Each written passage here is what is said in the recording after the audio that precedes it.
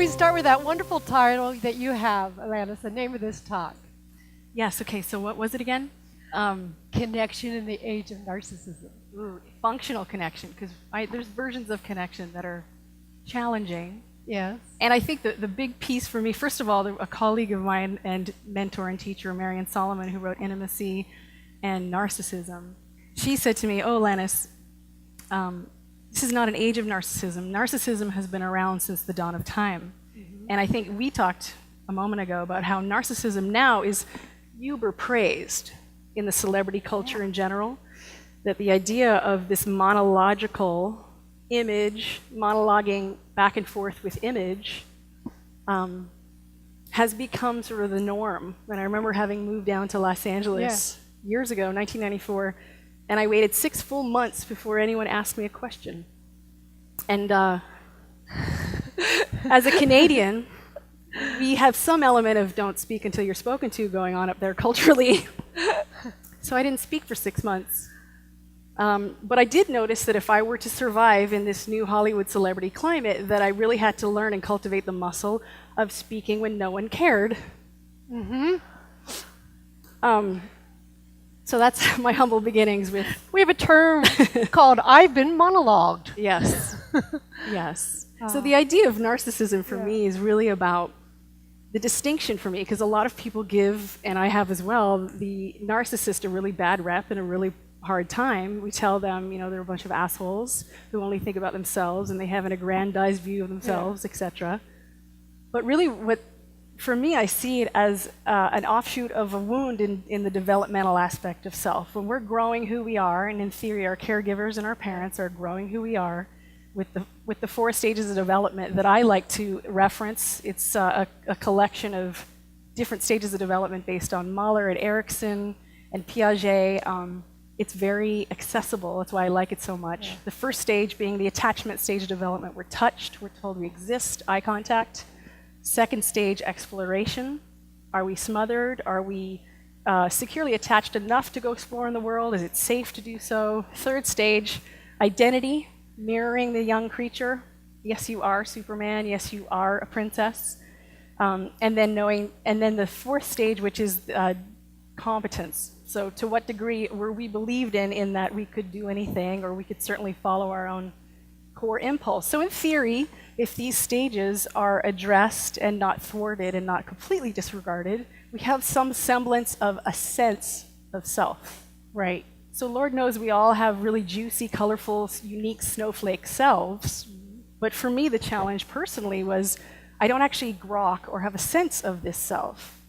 And so what happens with narcissism is that there's this really big split. And the onus and the orientation of this trauma or survival strategy gone perhaps awry, is the orientation is toward feeding the image of self, right, versus feeding the actual core essential self, if that makes sense. It does. Okay, good. And then we're often attracted to narcissists, right? You've written a song called Narcissist, and obviously you've had some romantic relationships with narcissists. I don't know what you're talking about. Who hasn't had a relationship with a narcissist? Some lucky people. And I'm thinking about one story where it was early, maybe in your teens, and you were walking. Tell that story about walking in the park. Oh, yes. I was walking in Hyde Park, and I was considering dating this gentleman. And one really great question that I enjoyed asking when I was dating someone was, in as lighthearted of a way as possible, asking them, if I were to speak to your exes, what would they collectively say was the biggest challenge with being with you? It's a great question to ask because they answer honestly on the first date. So he says to me, we're walking around around Hyde Park in London. I don't know why I told you that. I'm so narcissistic. I want you to see me as worldly. Yes. And so I said to him, what would be the biggest challenge that your exes would collectively agree with unanimously? And he said, well, that I'm a sex addict and that I'm a narcissist. And I went, perfect. And proceeded to make out with him. But I guess the point in sharing this story is that because I had cut my teeth not only in the micro of my family caregiving climate and environment being narcissistic, But I was also, I also cut my teeth on how to be what I consider to be a co-narcissist, which is someone who very much knows how to flatter, how to interact with a narcissist if mandatory. And I would say if you have the narcissism playing out with a family member or a child or a colleague or a boss whom you don't want to walk away from, there's a few tricks of the trade that I learned early, and I'm sad to say that I learned it, but I did. A few things like avoiding eye contact, turning physically away. I also putter a lot when I'm with someone who's narcissistic. I move around a lot. There's something about my natural tendency as a child that was exploited and taken advantage of was that I would be sitting with someone who wanted to exploit or use, which is a tendency in narcissism, to have me be an appendage or an extension of not themselves, but of their perceived self, so their image.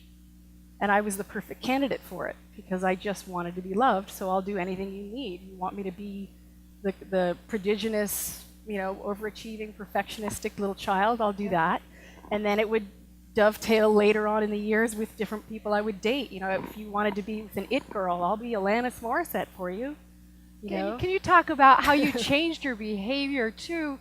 Like, I'm thinking about one guy that you dated, and he did not want to see Ann, that he did not like that you enjoyed books. Right. And so what did he, tell him about your love of books. Tell me how many books you have, how you bought your house based on books. Right, I'm obsessed with reading. Some of it was survival strategy because it was the place where I felt met and seen and inspired, and some of it was just an essential quality of loving to learn. So here's an example of a core part of myself that wanted to share. I mean, the definition of intimacy is, for me anyway, is self being shared with a non-judgmental other self, and vice versa. So mutuality is the key for the functional version of relationship. And so, as opposed to myself being shared with him, and it in theory not being judged, or at very least being inquired if there is a judgment, inquired into, I would simply just navigate, as I had done in my childhood, with how do I be with this person to serve their narcissistic self-image and perpetuate it. And so if that meant that in my personal case I did, I literally went through my house, and I have about 2,000 books in my house, and I hid them. And so I put them in drawers, and I just hid them to the point where some people who did know me well came over and they were shocked.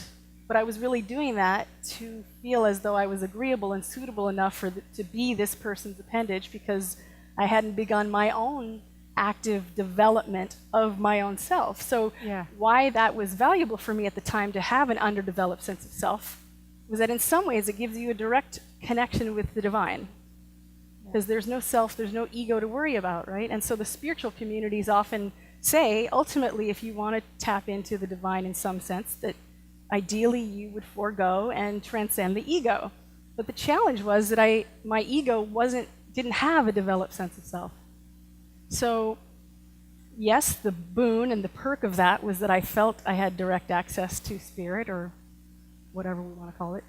But the bummer was that I wasn't able to actually engage in functional dynamics and functional relationships, because the presupposition is that I had a self to share. And certainly there was a self in here, enough to write songs, enough to comb my hair, but not enough to really feel a concretized, grounded, healthfully narcissistic sense of self. And it comes back to upbringing too, and having a family that is valuing your talents and your musical abilities, right? But at the same time, they're also is focused on the image. So one story that I'm thinking of is on the night that you won your Grammys, and you had such respect for this particular family member that he would, adore you and recognize your music and who you were through your music. And then on the night of the Grammy, what happened? Oh yeah, at the time I didn't recognize it as narcissism, but he was really concerned with whether I met Ellen DeGeneres. And did you? Just kidding. I don't remember. Probably. That's a narcissistic question. Yes, thank you. Thanks, Dad. So basically, I think what that illustrates to me is that if ever there's a question of, am I in an interaction or a dynamic or in a relationship with someone who's challenged by this, for me it would really become about, is the focus on the image, the presentational self, or is the focus on the core self being developed? And so in intimate, committed partnerships, and I think healing is commensurate to the degree of commitment and intimacy. So if intimacy is required to have this version of connection, which I live and aspire toward and to, then it would require me to develop this sense of self, which is a bummer. Because here I am as an adult with an underdeveloped sense of self. I can't, quote unquote, go back and live my childhood all over again. The begged question is, how do I address this? Right, how do I get my sense of self? Yeah, and so there's a myriad of different ways. One, for me, has been to know the stages of development enough to know what itches weren't scratched, so to speak. So with attachment, if I think about my adult relationships where there could be some kind of a corrective experience, I've had some friends, I remember being on tour at the back of the tour bus, and I realized that I hadn't been touched as a celebrity in a long time, other than sexually, which is a whole other conversation. But I hadn't been held non-sexually in a really, really, really long time. And so I asked my girlfriend if she would be up for 20 minutes of holding me in the back of the tour bus before the show. And she adorably, kindly, generously said yes. So she held me, and I had to push through my awkwardness with that. And I noticed after it was done, I thanked her, and I noticed that I wasn't craving the usual macaroni and cheese that I crave. I noticed that I wasn't going toward my addictive tendencies, and that there was something about having been held and touched that addressed the attachment stage of development. And then I would go through all of them and say, okay, if I need to be mirrored, perfectly appropriate in functional adult relationships to ask people to tell you what they see, and to be merciful when they do it. So you had that experience that was opposite that backstage, right? When you were involved with in a relationship with a guy, and you asked to tell that story. That's a beautiful. So this is a great way for me to illustrate the difference between image being fluffed and self being acknowledged. So I did a show one particular night, and my boyfriend at the time was there. And I came off stage, and he was there, and I remember turning to him saying, "What do you think? What did you think?" And he said, "What do you mean? What did I think? Why does it matter? 45,000 people are screaming. Who cares what I think?" Mm-hmm. And I remember that moment thinking and saying, "I care. I love everyone in the audience, but I don't have an intimate partnership with them. And if I have these holes and an undeveloped sense of self based on not having been mirrored, as an example, I would need some sort of feedback from you in order to correct that, and are you up for it?" And in his defense, yes, a lot of this kind of heavy lifting work in a relationship ideally would start after there's a commitment, whether it's marriage or some form of formalized commitment.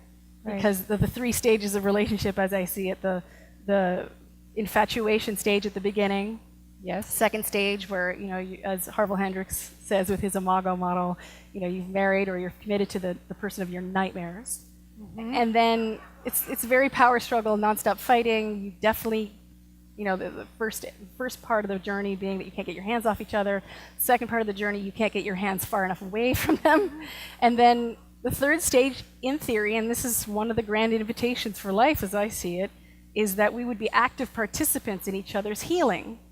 And one great way to do that is to actually get to know the history of this sacred, beloved partner across from you and their journey around the stages of development, that you can actually set up the dynamic to create a profound corrective healing experience. And why narcissistic personality disorder precludes this form of healing and correction as a potential is because there is no sense of self. There's no orientation to self, and specifically, there's no embodiment, there's no sense of being in one's body, and there's no sense of being okay with feelings.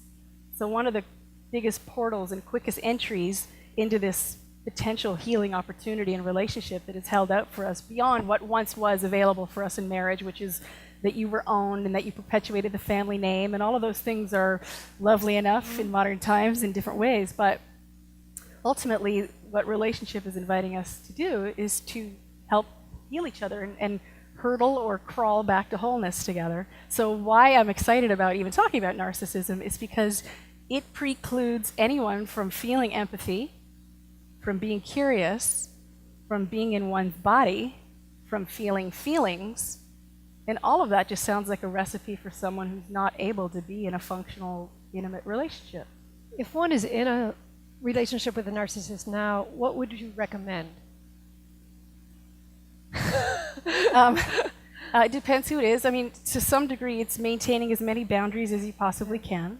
Yeah. It depends. It's contextual and it's case by case. So if it's a family member that you have no intention of getting away from, some of the energetic tactics of turning away, but also if someone is committed enough and they hear your unhappiness. See, narcissism in general isn't a quality that finds itself running into a therapist's office. Yes. Because a therapist's office would invite someone to inquire about their core self. And that would require dismantling a whole entire way of life.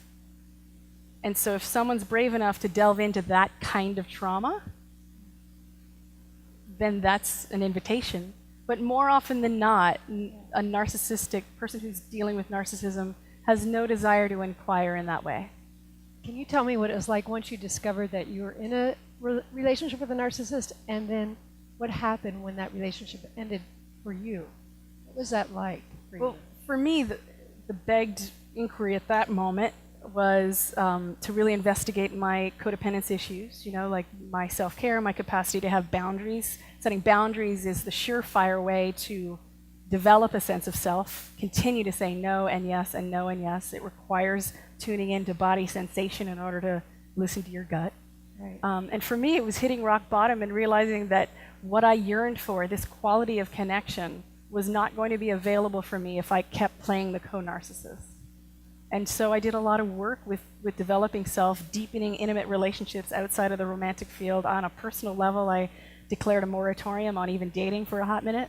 Right, there was a great song right, that you wrote, Moratorium. And then Seeking in Praise of a Vulnerable Man, another song that you wrote. Sometimes I would write songs in a prophetic, ideally a prophetic way, so that I would know what I was moving toward because I hadn't yet experienced it. So I know we're at the end of our moment. Yeah, thank you. I love that. So I just basically, my main reason for caring about this is because in order to have this connection with the divine and connection with each other, connection with one's own self, this culture that we find ourselves in on a value system level, on a relational level, is not necessarily inviting us to push beyond our own narcissistic wound adaptations, basically. So to have a little bit of empathy for those who are experiencing the narcissistic wound, with an eye toward developing self, which has been poo-pooed in a lot of environments and a lot of communities. So thanks so much for listening, everybody. Bless you. Thank you. Thank you. Thank you.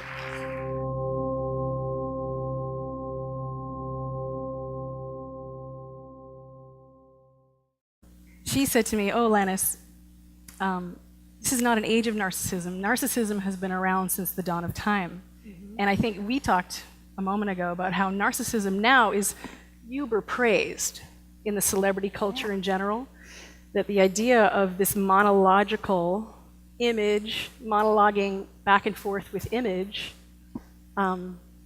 has become sort of the norm. And I remember having moved down to Los Angeles years ago, 1994, who we are, and in theory our caregivers and our parents are growing who we are with the 4 stages of development that I like to reference. It's a collection of different stages of development based on Mahler and Erickson and Piaget.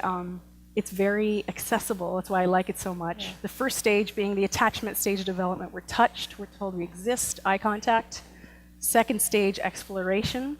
Are we smothered? Are we securely attached enough to go explore in the world? Is it safe?